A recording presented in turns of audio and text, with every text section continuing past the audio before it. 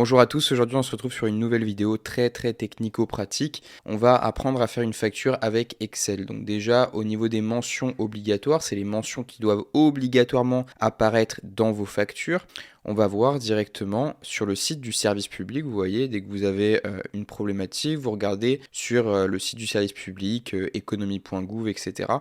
Et vous trouvez directement les mentions qui sont obligatoires. Donc voilà, vous les avez ici. La date de la facture en premier, le numéro de la facture, donc c'est un numéro unique pour chaque facture. En fait, c'est une séquence chronologique de vos factures qui doit être numérotée. Donc par exemple, si vous avez 3 clients et qu'ils vous font un achat à chaque fois de prestations de services, vous devez numéroter chaque facture qui doit être indépendante, c'est-à-dire facture 1, facture 2, facture 3, facture 4, facture 5, facture 6.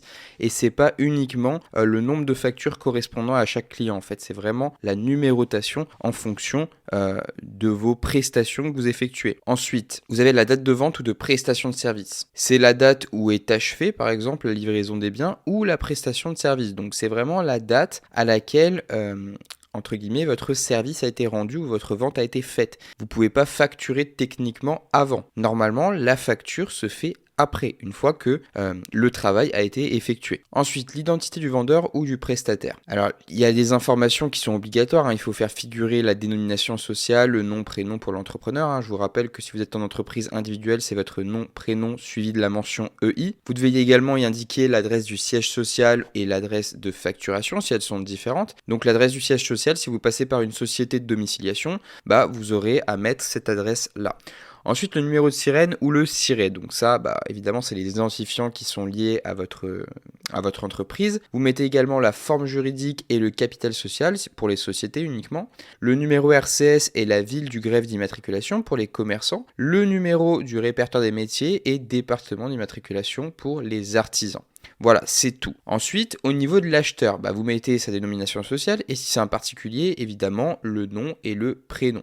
Ensuite, vous mettez son adresse, sauf si le particulier s'y oppose, l'adresse de livraison, l'adresse de facturation si elle est différente, le numéro de bon de commande, le numéro d'identification de TVA. Donc ça, encore une fois, pour le coup, si vous êtes en entreprise individuelle ou en micro-entreprise et que vous ne récoltez pas la TVA, vous n'êtes pas obligé de le mettre, mais attention parce que c'est une mention qui est obligatoire. Notez quand même que cette mention n'est pas obligatoire pour les factures qui ne dépassent pas 150 €. Ensuite, vous avez la désignation et le décompte des produits et services rendus. Donc la nature, la marque, la référence des produits, etc., les matériaux fournis, la main-d'œuvre pour les prestations. Et vous devez être très précis sur la dénomination, c'est-à-dire que vous devez indiquer la quantité, le prix unitaire hors taxe, le taux de TVA ajouté, ainsi que les remises et les rabais. Tout ça doit apparaître dans la facture, elle doit être très claire au niveau comptable.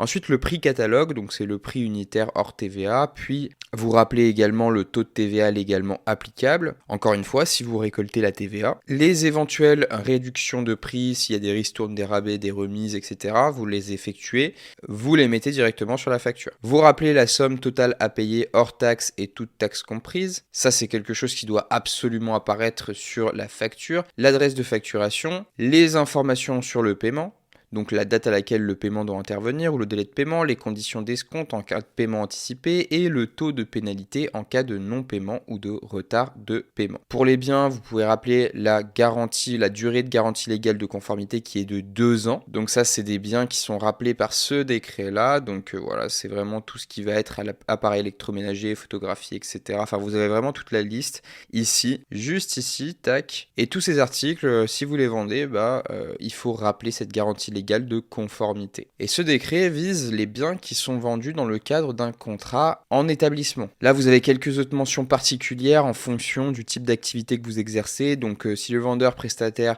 est membre d'un centre de gestion ou d'une association agréée, il faut ajouter la mention membre d'une association agréée, le règlement par chèque et par carte bancaire est accepté. Ensuite, si le vendeur a un régime de franchise TVA comme les micro-entreprises, TVA non applicable, article 293B du CGI. Ensuite, le sous-traitant ne déclare plus la TVA, c'est l'entreprise principale qui la déclare, c'est l'auto-liquidation de la TVA.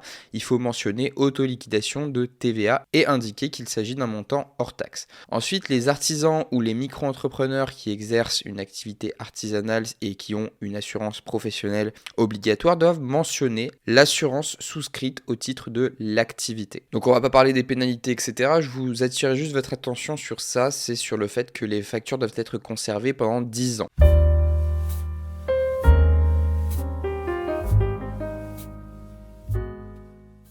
Maintenant que vous connaissez toutes les mentions obligatoires que vous devez insérer dans votre facture, on va voir comment on peut simplement récupérer un modèle qu'on va avoir sur Microsoft. Donc vous avez tapé modèle de facture Excel, vous avez plusieurs propositions, vous prenez la proposition Microsoft, modèle de facture, et là vous avez tous les modèles de facture que vous pourriez trouver directement. Vous n'avez plus qu'à prendre le modèle le plus épuré qui vous semble le plus cohérent avec votre activité. Par exemple, je ne sais pas si je prends un modèle tout simple, celui que j'ai pris tout à l'heure, je prends celui-là. Je fais télécharger le modèle. Une fois que je l'ai, hop, je l'ouvre. Ça, c'est la magie d'avoir 2 fenêtres. Tac, je le place là. Hop, je le mets en grand, comme ça on voit bien tout. Donc là, nom de la société, slogan, on peut même supprimer des choses si on veut. Date, donc ça on l'a. Et ce qui est bien, c'est qu'on a une formule automatique qui se met. Et en fait, à chaque fois que vous allez ouvrir le fichier, il va s'actualiser à la date d'aujourd'hui. Numéro de facture, facturé à, donc ça c'est le nom de votre client. Ça c'est toutes les données relatives à votre entreprise. Description du projet, donc là vous pouvez rentrer directement le projet que vous faites avec le montant. Vous pouvez appliquer ou non un taux de TVA. Donc là, il est par défaut mis sur 0, mais je vous rappelle que ici, il va falloir rajouter très certainement à la main une mention obligatoire qui est celle relative à l'article 293B du Code général des impôts. Donc je vais vous montrer ce que ça donne sur une autre facture et je vais plutôt l'insérer dans cette nouvelle facture. Donc là, ce que je vais faire, c'est que je vais écrire à la main non soumis à TVA, conformément l'article 293B du Code général des impôts. Ah, je suis en train d'écrire en même temps que... Hop, voilà. Donc vous pouvez le mettre là, vous pouvez le décaler un peu plus bas. C'est à vous de voir vraiment comme vous voulez présenter votre facture. Après, vous pouvez simplement prendre les blocs, tac, faire plutôt commande X, les copier, voilà, le mettre plus bas. Enfin, bref, c'est à vous vraiment de faire votre facture à votre image. Et là, vous avez toutes les mentions légales. Ce que je vous conseille de faire si jamais vous facturez vos clients, c'est de prendre et de venir mettre votre RIB. Du coup, par exemple, si c'est un paiement par virement bancaire, ce que vous pouvez faire, c'est par exemple coordonnées bancaires. Hop. Et là, vous mettez votre nom, prénom. Et vous mettez, tac, tac, tac, tac, tac, votre RIB ici. Comme ça, la personne peut directement vous faire un virement bancaire. C'est intéressant.